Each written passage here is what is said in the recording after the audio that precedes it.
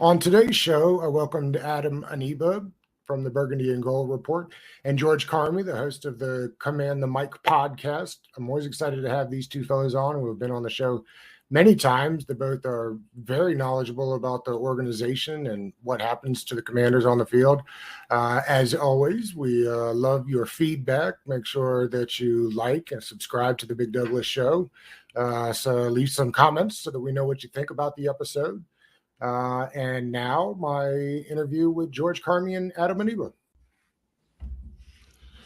Okay, excited for today. It's a little bit more like a throwback Super Monday kind of episode. Excited to have two of my good buddies from the community on today, George and Adam. Fellows, I sent you a list of questions. We'll run through them. We'll start today's episode with a fan favorite, a top 5 list. Today, we'll do cakes, one of my favorite things. Let's start here with your number 5 cake. George, we'll start with you. Are we doing 5 and then rotating around? Is that what we're doing? Yes. So we'll let's start top 5. We'll start at least the bottom. The 5. So number 5, we'll do each one of ours 5th, and then we'll go to number 1. Sounds good. I'm going to start off with a polarizing one. Tiramisu. I don't even know if that even counts as a cake, but it's actually delicious, and I love coffee, so it's a good little entry-level cake for me. I like that right there. It was interesting when I did the list as to what we'll consider cakes. Yeah. For today, we won't be cake snobbery. Okay, let's not. So I love tiramisu. Thank you. Should have been on my list. It is not on my list. That is the beauty of the list, because inevitably something will be left off. Love tiramisu at 5. Adam, what do you think there? What do you got? Well, I'll go outside the box again too. My dad was actually a baker, and he used to make Napoleon cakes. And I know everyone's used to just having individuals, but he used to make a Napoleon cake for me, and just phenomenal. All right, Adam. I love sweets. You'll have to explain to me what the Napoleon cake is, because I can't think. It's like very soft, like kind of like phyllo dough, and in between, it's kind of like a custard cream. And on the top, you can't even explain like the icing combination. It's like no other icing. It's a French pastry, and again, like my dad, he made a lot of French pastries, French desserts, and he actually made that into a cake. So it's really rich but really good. George, I don't know about you, but if my dad was a baker of some level, I wouldn't be able to fit through the door of my house. 100%. I agree. Now, maybe if your dad's a baker, you lose some of that sweet tooth, but I got a terrible sweet tooth. Me never did. Yeah. Me too. Yeah. He stopped bringing it home. He stopped bringing it. It didn't last long. At 5, I have a German chocolate cake. I like something more than just the chocolate. But it's rich and I love it. All right. At 4, I have the cheesecake. Yeah, that's one. Love a good cheesecake. That was another one. It's got cake in the name, but not, I don't know. I guess, so technically it's a cake. I don't know, again, what defines a cake, but I love a good cheesecake. I don't necessarily need all the frills, just a good traditional standard cheesecake. I think I like best. Adam, where are you at number 4 on your cake list? Well, a big living in New York. I never had it till I came here. I know a lot of people have had cannolis before, but a big thing up here is cannoli cake. My wife has made it a couple times for different birthdays and occasions. And cannoli cake, if it's done the right way, it's really good. Another one I have yet to try, and I'm when we did this list, George, I gotta tell you, I did not know that Adam had refined palate. What's going on here? I like it. That's the beauty of the Super Monday episodes. We're gonna learn things about people. So now we know. Now I will direct my future questions about pastries to Adam. Oh yeah, apparently small school prospects and pastries now. Adam's reservoir. All right, George, where are you at number 4 on the cake list? All right, spoiler alert, cheesecake is on my list, but it's higher on the list. Cheesecake's really good for me. I love cheesecake. But for me, 4 is like that chocolate peanut butter blend, like that Reese's peanut butter cup type of cake. Those are fantastic. I could explore the Snickers world if it's like a Snickers cake, something along the lines of that. It's still chocolate peanut butter, but something along those lines. I love it all day long. So good. I have a hard time understanding folks that don't like chocolate and peanut butter combined. My wife is that way. I love her, but she's not a big fan of the chocolate and peanut butter combination. Adam, where are you next on your list of cakes? Yeah, I'm not a big cake person. That's why you can see the things that I'm naming. But I like a red velvet.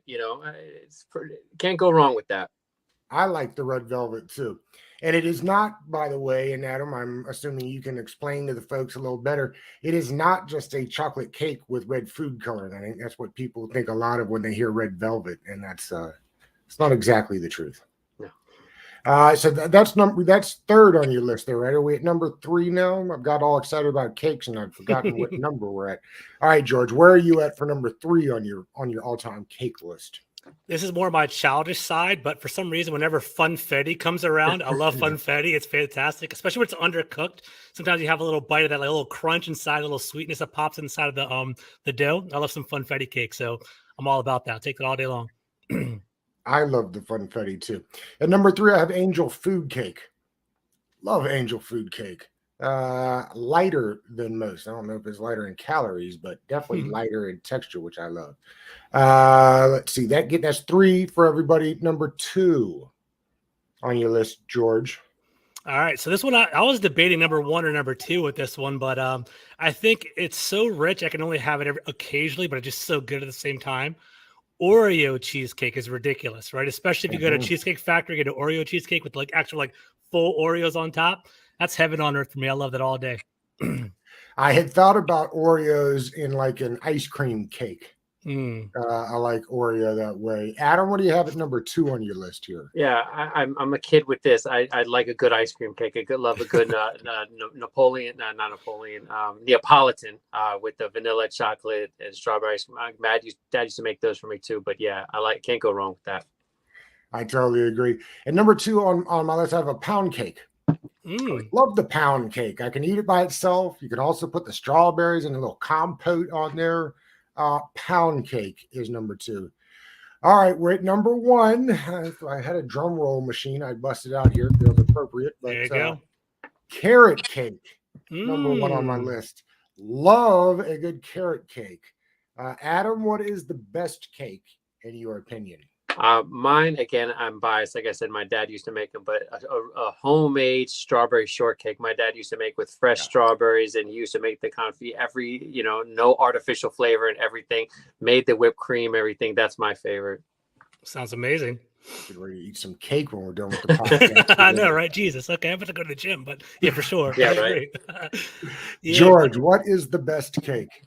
So maybe I'm basic, but this is actually very flexible, just a standard tradition.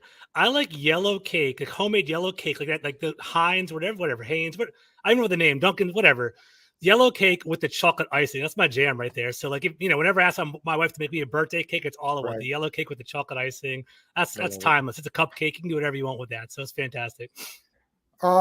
Great mention on the cupcake. So I'm a huge fan of handhelds, right? Like I like sliders the same way. It's like I like a little easier to do. Okay, that was great. I'm hungry for cake now. Let's get into. I also said we'll also do some football. How about that? Let's do it. People probably came to hear us talk a little bit of football.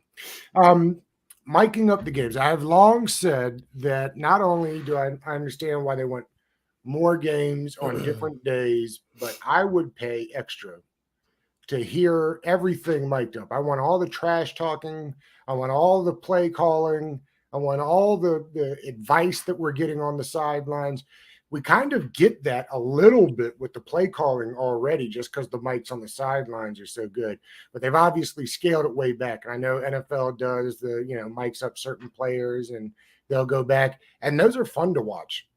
So I don't know like what the downfall as far as regulations and FCC type stuff you have to, but it feels like if you paid for it as part of a package, that you could get away with doing that, because obviously the language would not be for everybody.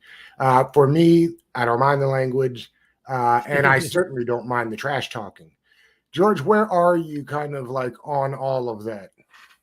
It's funny when we were talking like, pre-show about like kind of putting this together. I think I'm old school. I do not want the microphones. I want the people focusing on the game. I think we kind of see with the XFL and the USFL, they're trying to like really incorporate and make it really fan heavy. but I feel like it kind of waters down the games. It depends on what you're talking about.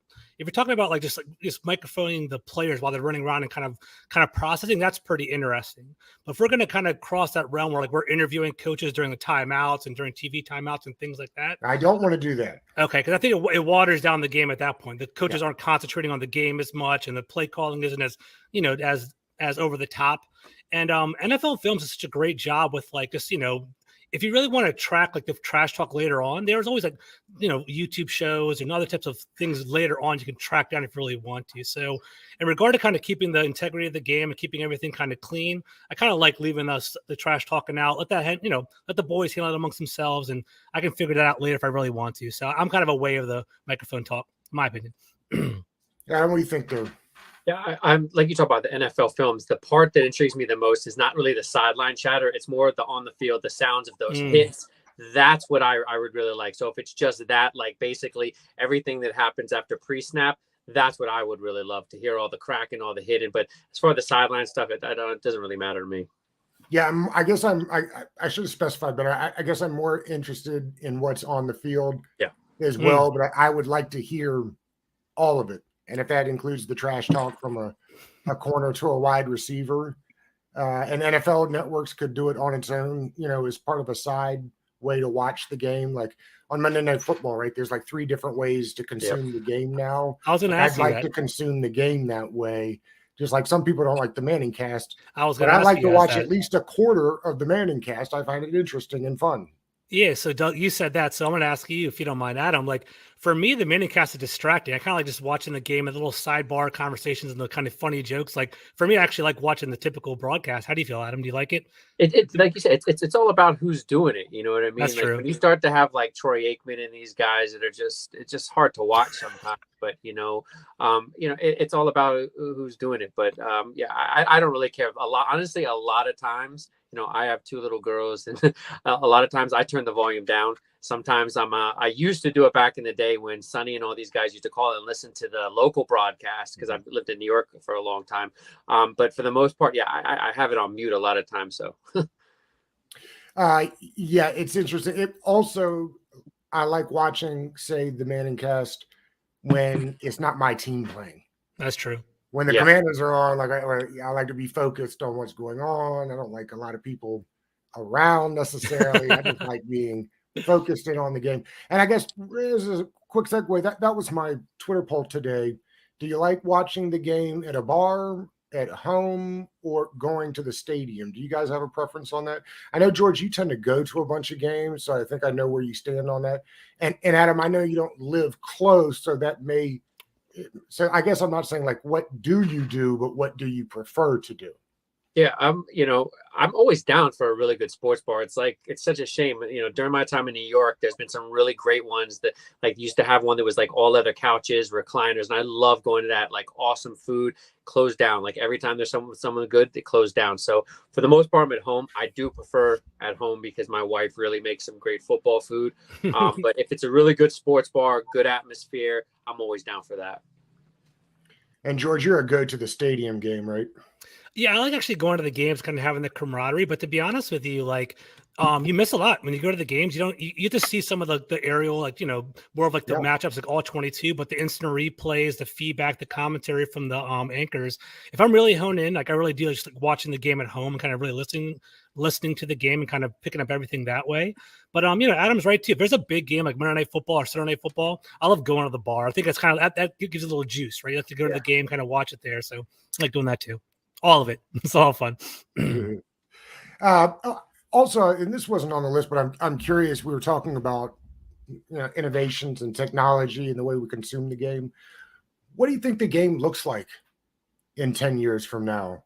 I was talking about this earlier today, and I wonder if they, you see the padded helmets that they use for a lot of the 7-on-7 stuff. And I know that they did a study with rugby that the idea was no pads, no helmets. You hit each other different, right? Like you're not going to lean your head in there without a helmet. That helmet gives you a false sense of security. Same thing with the big pads. Have you given much thought to what the game will look like 10 years from now? Adam, go first. I'm kind of curious what you have to say. Yeah, no, I do. I've had, unfortunately, for the last couple of years, seeing the way that they're calling, defense.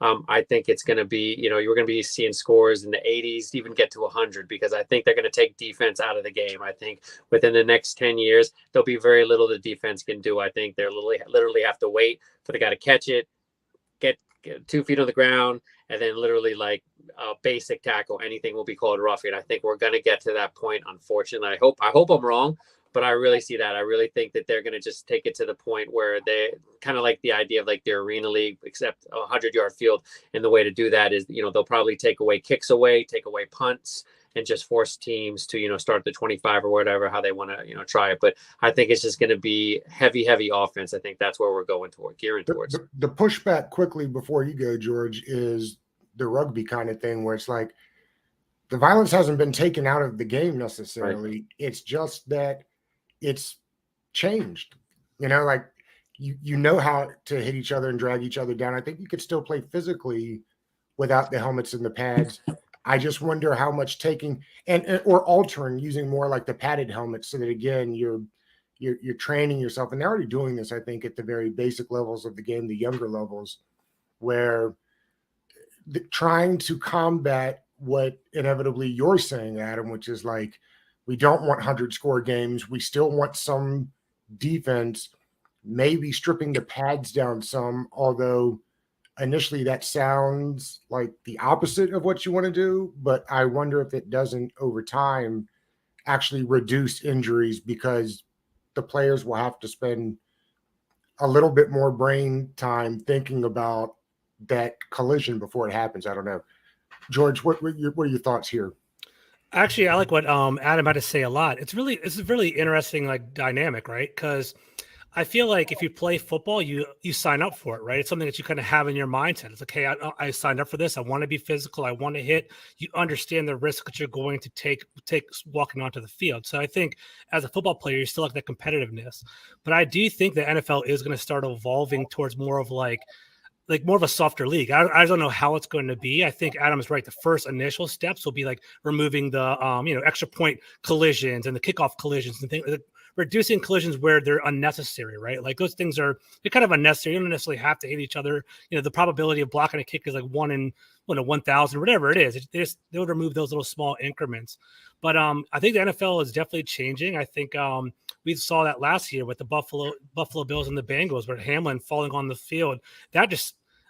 If God forbid, if anything really bad, something really bad happened to him, but if he actually passed away, we would have seen drastic policies changed instantly right there, right? So I do think that is part of the conversation. I'm sure the NFLPA are trying to protect their players as well. So I think they are considering it, but it is a weird balance, because I'm kind of curious what the players want. I'm interested. I don't know if you guys have seen any polls. I'm curious if players want more contact or less, and I'm kind of curious how that breaks down. And I think as policies change, I think that we'll take some input and see how it goes. But yeah, step one will be removing the kickoffs and stuff like that, in my opinion. Of course, if you ask the players, I'm sure that they'll tell you they don't want any of that. The problem is, it's kind of like that's what's been ingrained to them. So do we have to like police it for them? You know what I mean? Like, they're definitely not going to ever do that. So do we have to do it for them? And that sounds odd to say too, because we're not out there laying it on the line like those guys are. So on one hand, I totally get where it's like, well, if the players don't want it, why should we want it? But also, there are plenty of times in life where we, as society seems too broad, but make the decision for those that wouldn't make the right decision if left up to themselves. I think about this all the time, particularly, because we're so involved in it from a passion and fan base, and watching it and consuming it. I think it's going to be really fascinating to see what happens over the next 5-10 years from now. Good gracious, think where the game was just 10 years ago. Yeah. From now. So I think, and I do think a lot more offense. I don't think we'll ever get to like two-hand touch or flag. I've heard people before be concerned about that. No. And I don't think we'll get like to an actual 7-on-7 environment, but I wonder if it doesn't get closer to these 7-on-7s that we see down in the high school level that are better. So I think it'll be interesting. I'd be really curious to see an anonymous poll by the players, right? Like, it's very easy to stand up and, like be a linebacker, be like, oh, they're taking away all the hits in the game and so on and so forth. But I'm kind of curious if they had an anonymous survey without anyone actually voting, do it on your own, kind of vote without anyone questioning you what they would truly say. Because I'm sure some offensive players don't like being hit and the defensive players want to be hit. So I'm kind of curious of the breakdown altogether. Be interesting. Yeah, I mean, you figure for linebackers and running backs, they say it's like being in 20, 25, 30 small car accidents every time. And, I remember Chris Baker told me one time they pumped you up with so much stuff that he didn't even know he was hurt until Tuesday. Yeah. Right. Which is why the players hate playing on Thursday so much, because if you don't realize that your knee's jammed up till Tuesday, it's hard to get it fixed or train it right and be ready for Thursday. I guess that's a segue into what the next question kind of was, is, where do you guys, we were watching NFL games on more days of the week than ever. The Thursday package is a real thing. It's obviously not going anywhere. As soon as college football is over, they're playing on Saturdays. We've got Mondays and then, of course, Sundays. And now they've added Christmas onto the list. I'm sure the NBA is not happy about that. Where do you guys stand on all the different ways and days that we're consuming now? Go ahead, you got it. Yeah, no, I'm one of those people that I prefer holiday games over the Monday night games, because the Monday night games or even Thursday nights, they just go so late sometimes. I'm an early riser, so it's like after the game, win or lose, it's just like it's not easy just to settle down. It's like, but when they're on the holiday games, I really like those are late afternoon ones, especially with the Thanksgiving coming back, where you can just chill out, after you eat whatever, and just be able to watch that. But I love the Christmas and Thanksgiving; those are my preference. When you talk to the guys from the West Coast, I mean, they're loving life over there, right? Because they're getting the games at 6 o'clock in the evening, 5 o'clock in the evening on those primetime games. Because I'm with you, Adam. I'm too old to be up till midnight watching games. And do the games start? Sorry, I would still want your opinion on this, George. But I'm curious as we've aged, or at least as I've aged. I won't speak for the rest of you, but the game, the losses really used to make me angry. Yeah. And ruin my day. Yeah. And I don't think it's just because of the poor, it's not just because the team's been poor for so long that I don't think that's the reason that I don't get upset anymore. I think I just, I don't get upset anymore. Where are you guys on that? The game still rile you up when things don't go right, George?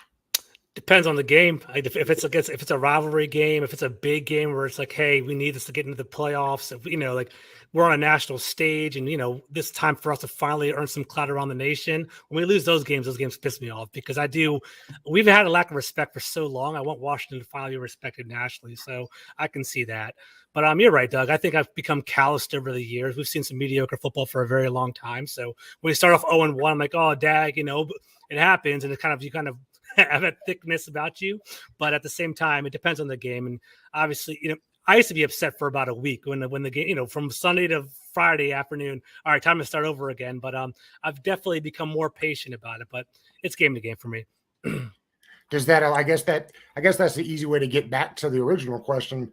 Does that make it easier for you to watch these holiday games?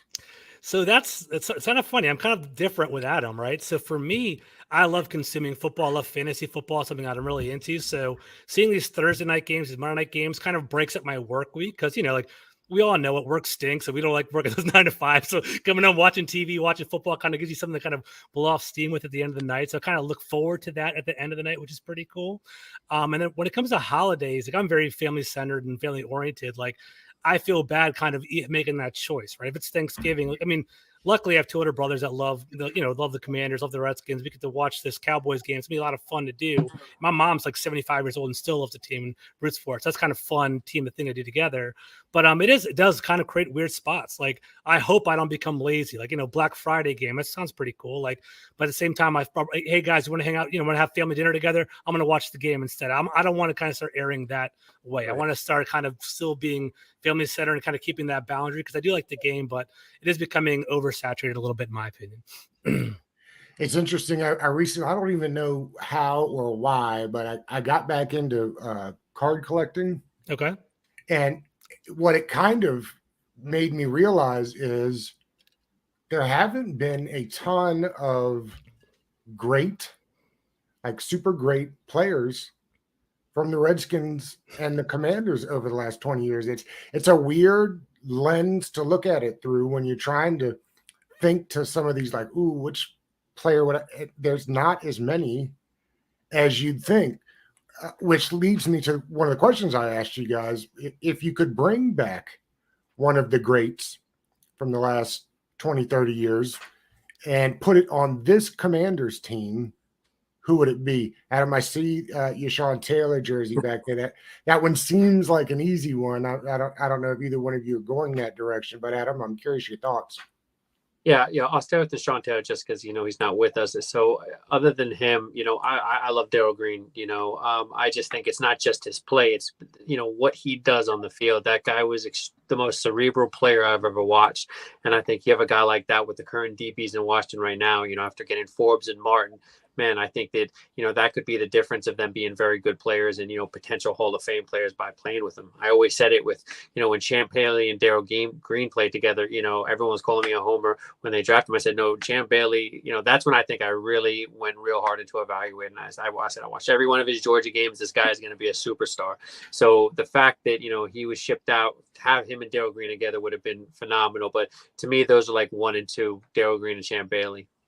The Champ stuff makes me so upset. I'm going to have to go eat some cake when we're done here. I love it. If I'm going to jump in, I kind of like what Adam went. Like, Sean Taylor's the easy choice. I'm going to walk away from that one. I was actually going to go Champ Bailey, Darryl Green. I like that one as well, but I'll go outside the box, right? Dexter Manley, I think he'd be kind of fun to have on the team too.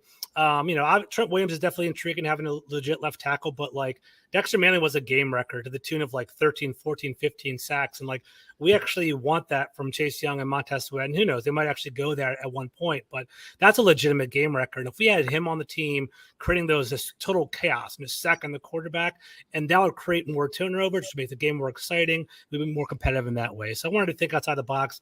Dexter Manley right behind me, got his autograph right here. I love that guy. It'd be a lot of fun to actually have him on the team sub. Going that way. I think that's a great choice. And I had thought about, like what positions do we need the most? And I didn't want to go Trent Williams simply because he's still playing, on an NFL team, which led me, I had two. The one led me to Chris Samuels. I think gets really underappreciated for what he did here. And it's probably because they just didn't do a lot of winning. The other player that I think this particular team could really use is London Fletcher.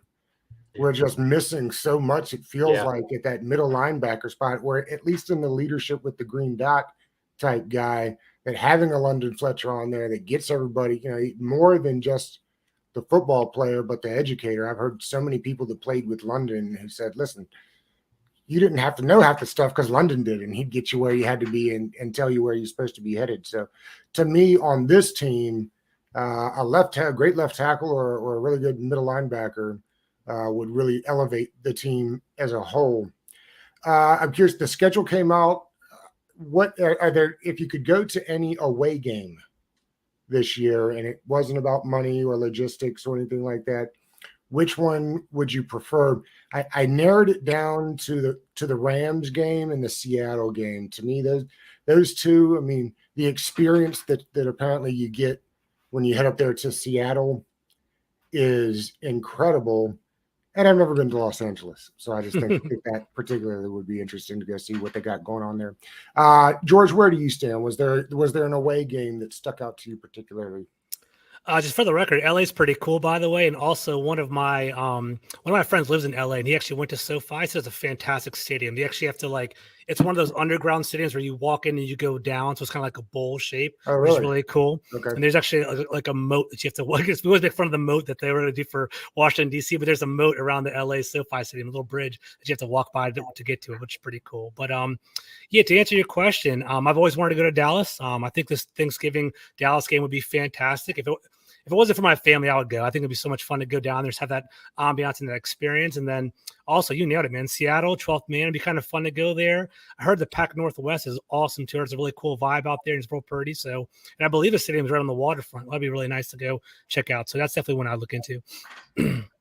Adam, what do you think? I'm with George. My only hesitation is going to Texas. I'm not huge about going to Texas. Just too much stuff I've heard and read about that. But like ultimately, I'd love to go there for Thanksgiving. But yeah, I'm with you. The Rams. I've been to LA about 5-6 times in my life. Never been to a football game over there. Really would like to see a college and football game over there. So I would definitely like to see that Rams game. Let's before we get out of here, I want to talk a little bit about the current team as it stands. To me, that there's a couple of position groups that need discussing. We'll get to some of those throughout the offseason. I thought today we could start off with the O-line and the tight end group. It feels like this is another year where they kind of listen. I understand they invested a 3rd and 4th round pick on the offensive line, so it's, don't get me wrong, they invested, and frankly, those are bigger investments that we probably get credit for. That being said, when you start looking at what the starting offensive line is, I don't know that we know that Wiley is a all-pro or even just above, average right tackle. There are people that think he should be playing guard. We haven't seen Cosme enough at guard to know what he's going to be there. I don't know that we know who's going to play center. I don't know that we know who's going to play left guard. And Leno, God bless him, posts every week. Now, maybe it was just his running mate at guard last year, but it was a down season for him. I don't think that's unreasonable to say. George, what are you concerned about the state of the offensive line with a quarterback that's got one game under his belt? No, I think that's fair analysis. That's why I like talking to both of you guys, because you guys are objective. We are fans at heart, but at the same time, you do have to kind of look at things like holistically, right? So there are question marks, and I am kind of concerned how the team is going to be long term. I am everything you said. You nailed it, Doug. Like, Sam Cosme at guard, I do think that is going to be an upgrade. I think he is athletic enough and mobile enough to be a good pulling guard and to get that second level and get that linebacker. So I think that is an upgrade over Trey Turner. So I like that. I think he's going to project. I think he's going to – I don't want to oversell it, but like Brennan Sheriff had a pretty easy transition. I can see that with Sam Cosme as well. Wiley, I'm not sure how I feel about that. He had a lot of pressures, a lot of sacks in Kansas City. The one thing I do like about him is that he's fluent in Eric Bieniemy's system. He's going to be, coach set up. He's going to get that along with his offensive line. There's going to be some like common languages and common verbiage that he'll be able to pass along. So I do like that. So we'll see how that goes, but it is a significant question mark. Left guard, man, like if you ask anybody, like, who is going to play left guard, we have no idea. We talked about Chris Paul potentially or Sadiq Charles potentially, but, it's been a couple of years. Chris Paul's second year, like he's a big guy. You might have that transition there. Sadiq Charles, we've been waiting for a couple of years now. It's now or never with him. So we'll see how that goes. But, I saw Charles and Bieniemy at the press conference. They seem to have a connection there. Maybe Eric Bieniemy can push something out of him and get him there. And then we talked about center. I think Stromberg's a long-term solution there. I think he will be that placeholder for us for a couple of years. I think Nick Gates might start the year off there. We'll see how that goes. He might have, he's coming off major injuries as well, so he might not be a long-term answer for a couple games. We'll see how that goes. But yeah, Doug, I think it's genuinely concerning. If you have a new offensive system, you have a hodgepodge offensive line that hasn't played together, there are some genuine concerns, and we just got to cross our fingers and hope they do well. Now, Adam, if I hate to speak wrong of you on this one, but I think if I recall right, you had always felt that Cosme was going to be better at guard than tackle, right? From day one. Yeah, like just looking at the tape he put up at Texas, and not to say, he didn't have the ceiling, but I always said I think he could be an okay right tackle, but a really good interior guard. And honestly, Daniels from Utah, I feel the same way about him. I think, we keep hearing about Sadiq Charles and Paul, but I think in the end, it's really going to be Paul and Daniels. I think although Rivera will want to get him, working at tackle, he's not going to start. So, you want to get, your best guys out the line. And I think just watching, what Daniels did at Utah, the strength, the way he's able to get out in space, I think that, him and Paul will be a really good battle. I think Charles, I think unless he really does something to pique the interest of coaches, I don't think he can make this team as a backup. I think he's got to win the job or he's out. I really believe that, because I think that, with a guy like Daniels that you're bringing in, even some of the lesser known guys, I'm always looking for one of those guys to step up. And I agree with George about Gates. It's a real big question mark. He was able to stay healthy last year. But again, long term, dude almost lost his leg. It was a gruesome injury, similar to Alex Smith. But I think that Stromberg will be long-term, but I think for the most part, they're paying Gates to be the starter. So it's his job to lose. And Wiley, yeah, he concerns me. He concerns me because, everybody, Kansas City people I've talked to, scouts out there, they said if they had no problem with Washington signing him, but they should play him at guard. He actually had better tape at guard with Kansas City than tackle. But like you said, the connection with Eric Bieniemy, hopefully, they can get it going. But what gives me, a little hope, and I've been saying this, Wole with Fox Sports will tell you, we've been saying this for a year, waiting for innovation. And everything I'm hearing so far is EB wants to employ a lot of tempo, a lot of quick game, because that fits what Hal does well. And you also sprinkle the RPO. That is another thing that he did in there, that spread scheme in UNC. So although it's this West Coast modified version that EB is going to be bringing, I'm going to give him credit already, maybe a little preempt, maybe a little too early. But I think that he's going to, when it comes to the passing game, a lot of play action, a lot of quick game, get the ball out quick, not asking his linemen to really protect for long periods of time. He's going to have to do that because, again, it's a lot of unknown along this offensive line. Which is what Turner did. Yeah. Not only did he ask the quarterback to let plays develop, but he refused to give tackles help. I never really understood that. Yeah. You go back and watch that tape from last year, which I've been a couple times now in the offseason. They rarely gave help to the tackles. Right. And in a division with some of the best pass rushers in the league, it was ridiculous. George, you know where Charles Leno went to school? I don't. I have no idea. Boise State. Boise State. Okay, interesting. Okay. We'll have to start quizzing you guys on Monday.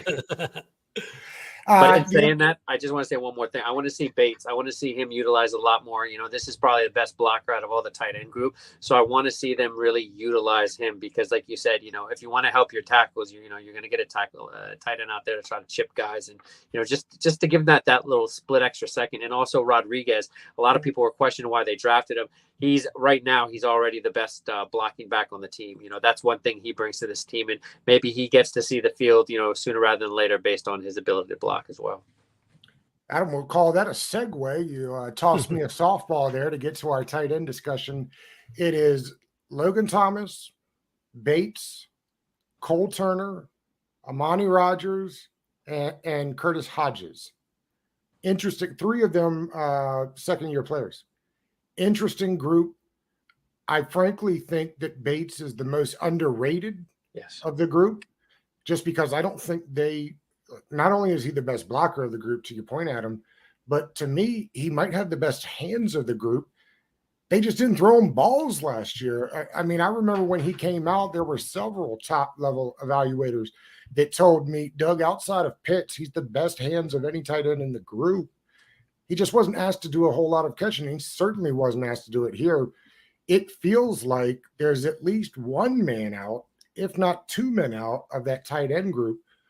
I'm higher, as I think both of you know, and anybody that listens to this show regularly, I am higher on the tight end room than I think other people are. I'm fascinated to see what EB can do with Amani Rogers, who flashed whenever given the opportunity last year and when healthy. George, I'm curious. Let's assume that 2 of these guys don't make it. Who are they? Wow, that's a tough question. Well, okay. So let me start off with this, right? So going into last training camp, we heard about Cole Turner over and over again, right? Mm-hmm. And you can kind of I was really high on him. I guess it was Carson Strong was his quarterback in college, and he kind of fed him a lot in the red zone. And he was kind of he was a big body, but also kind of a zone buster at the same time in the red zone. If you remember going into training camp, the buzz out of training camp was Jahan Dotson is looking better than normal, and Cole Turner is kind of dominating training camp. So I think that hamstring injury kind of set him back. I think he's going to be pretty solid. I think they're going to utilize his size, and I can see Eric Bieniemy kind of licking his chops and being into Cole Turner. So I like that. Real quick, George, not to cut you off about Cole Turner. Sorry to interrupt you, but no worries. the other thing that hurt him last year about the injury was that those tight ends usually are expected to play on special teams. And true. Because they had already filled the special teams role and were happy with that, it was another reason why it was tough, even when Cole Turner got healthy last year, to get back on the field, because he had missed so much of the training camp type stuff in the early season work that he needed to be on special teams and get onto the 53 man each week. So Sorry to interrupt you, but I thought that was important context to kind of Yeah, no add. worries. That's great context. Yeah, for sure. Yeah, so it's hard. I can't imagine too. Like, I think it's funny. Everything I'm reading and learning about is that they are intrigued by Curtis Hodges. They want to see how he does and how he performs, but they also like Armani Rogers. So maybe I'm dodging the question, but I don't think they're going to cut to. I think they like Logan Thomas. He's that leader in the locker room. I think he can. I think they like that steady Eddiness of him. And John Bates, we know, is the best blocker. I'm curious if they start using more 12 personnel and having 2 tight ends on the field, maybe Bates blocking Cole Turner in the slot or something along like that in the red zone. So I'm going to bail out of this one. They're not going to cut 2. They're going to cut maybe 1 and find somewhere else to go. Because I think I like Cole Turner. I think Armani Rogers is safe. I think John Bates is safe and Logan Thomas is safe. So Curtis Hodges is the only one that's like iffy because of the upside of Cole Turner and Rogers, in my opinion. Maybe that's a bailout. Sorry about that. It's kind of hard to do the exercise now without doing like the complete 53 or at least the offensive side. Yeah, you don't know where you'll lose one. But you know they're going to like to keep a bunch of guards. They're going to keep at least 3 running backs. So that's why I was just like, it's going to be hard to find a world, I think, maybe where you can keep 4 tight ends on the roster. And particularly if only one of them are a blocking tight end. That's true. And to your point, I don't want to step on Adam's toes. I just like you, I was higher on the tight end group pre-draft than obviously Musgrave and Kincaid and all those guys we thought about Washington could potentially pursue. Their biggest selling point was the high upside that they could produce, right? And I feel like we have those dart throws in our tight end room anyway. So I feel like it was kind of excessive to go tight end chasing. If one fell in the 2nd round or something like that for Washington or 3rd round potentially, that would have been interesting. But I do like the upside of our tight ends. Sorry about that. No, you're good. Adam, where are you at on this? Yeah, group? No, I'm with George for the most part, but like Logan Thomas, like this is kind of a dark horse take. Like if he really looks like crap in camp and he just has not progressed, I wouldn't be completely surprised if he does get released, because if EB truly is getting the reins to this offense, he has no loyalty to Logan Thomas. True. So, if Armani Rogers, after, we got him, and because like you guys know, I do all the undrafted right after the draft before we even go to training camp. And I loved his film right away. And it was all at quarterback. So it was hard to watch all of his, but I saw what he did in the open field, and then being able to see what he did with Washington, what he did when he got the ball in his hands, able to use him in these wildcat formations. I kind of view him as a weapon. So although I think they'll keep 4, I think they'll label him more as a weapon, and I think it'll come at the expense of maybe 6 wide receivers. So maybe I think that they'll keep 5 wide receivers and 4 tight ends, with Rodgers having the ability to be, that true flex guy. But it'll be really interesting to see how Logan Thomas looks, because we saw this chatter with his wife on social media, this and that doesn't always end well. And you have a new coach in town, and EB is no bullshit. So when it comes to him, I think that unless he really impresses him, if he looks mediocre, I think once they look at once they really take a long look at the room and the salary that they're dedicated to Logan Thomas and the money that they would save, I believe it's, just under $5 million in dead money if they release him. If they really do like Curtis Hodges, dude is 6'8". This is a guy another red zone guy. So real quick, what did you see out of him when you looked, because he's another undrafted free agent guy. What did you see when you saw the tape of him coming out of ASU? Yeah, like you talk about like a big body, like more like receiver, as far as blocking. Right? Yeah, he's not going to do much for you, in the blocking game. But again, he's with a whole year with the team. A whole year can make a difference. But I think that they'll like him for his hands. It won't be for his blocking. It'll be, how many guys do you need that are just going to be those, prototypical receiving tight ends. So I think he'll be the odd man out, because I think, you can keep him in the practice squad pretty safe. But yeah, he has a lot of upside, but I really like the other guys ahead of him this year. That's interesting. I think maybe a month or 2 ago, I would have thought more about the idea of cutting Logan Thomas. George, where are you on the status of Logan Thomas? Because in fairness to him, he wasn't healthy last year. I don't think he was ever fully healthy. No, I actually, once Adam kind of spelled it out, like that was going through my mind when I was talking about potential cuts. I think Logan Thomas could potentially be on the block, but I don't know. I think we've heard all year long that they're comfortable with the tight end room, that they like Logan Thomas. They want to give him a shot. But I think Adam's on the right path. Like it depends on training camp. If he comes out and he's looking slower than everyone else, and the other tight ends are looking strong, like there is no connection. There is no EB did not draft him. EB did not pick him up as a free agent. It's just another body in the room. So if he doesn't seem like he can utilize him or has higher upside, why not go with the cheaper option? So I like what Adam was saying. I do too. And where do those position groups that we discussed today rank on your concern level as you look at some of the other position groups, George? Interesting, right? So offensive line is probably one of my highest, to be honest with you. I think it's probably one, like maybe if not the highest, the second highest, right? Like I like the potential of Sam Howell. As a quarterback, we have no idea what he's going to do, so that might be quarterback's always the biggest concern for me. Offensive line, if not number one, is number two in my opinion. Defensive line, I'm confident in. Wide receivers, I'm confident in. I guess linebacker. So yeah, it's lower on my list. The linebackers would be number three, then probably tight ends right after that. Because I feel like our cornerbacks are starting to develop well, especially with Forbes and Fuller and St-Juste. I feel like, and Juan Martin, we actually got a pretty deep cornerback room all of a sudden. It's kind of surprising, right? So I think it'd probably be number four. It'd probably be a quarterback, offensive line, linebackers, and tight ends. I think that's, I'm concerned, but not overly concerned. I think there's some upside there. Next week, I think we'll get into DBs and linebackers. Fellas, it was another Super Monday, and I loved it, and I enjoyed it. And I think we've talked, and we'll, for those watching and enjoyed it, we'll continue doing these on Monday for a while. So on that note, thank you, and I'll see you guys next Monday. Take it easy. Peace out, guys. Take care.